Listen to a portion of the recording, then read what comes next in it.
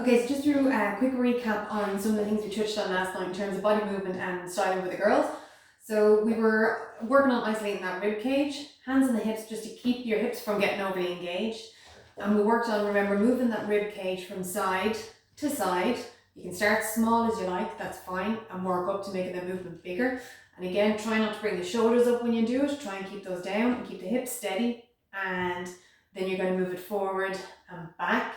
And the same, when you move it forward and back, try not to make it this movement. We're not actually bringing the hips and the lower body into it. It's rib cage forward, rib cage back. So then you want to work up to going forwards, backwards, and side to side. And we want to make it side, forward, side, and back. And really what we're working up to is making that one fluid movement. And you want to be able to ideally do that in both directions. Again, without bringing in your hips or without bringing in your shoulders too much.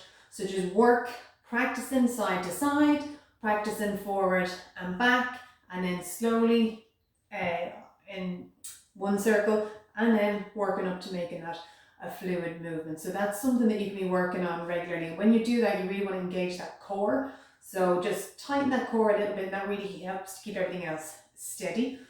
Then when we're doing our armography, when we're doing our hair combs and things, that is going to come into play. So when I extend, my hands are here as I do my basic, my hands are here and they're moving fluidly ideally as I dance, they're moving. So when I go from doing a basic step to a side step and I extend for the hair comb, again my core tightens, my ribs are engaged slightly, I extend that hand out to the tips of my fingers and then I bring it up and I bring it behind.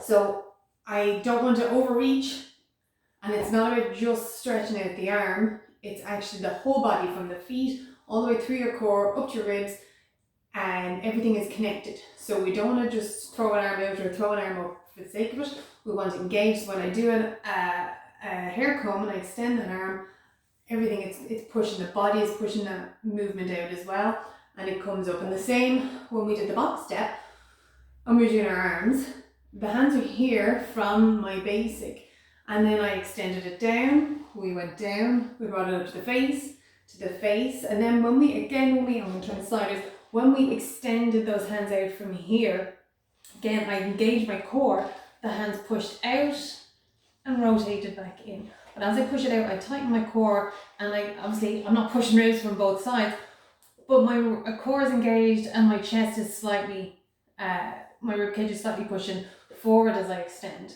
and bring those hands back in.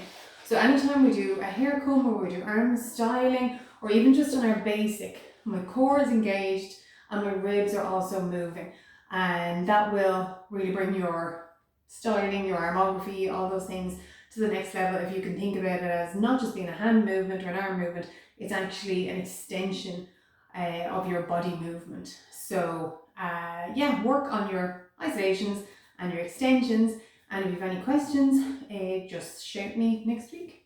Thank you very much.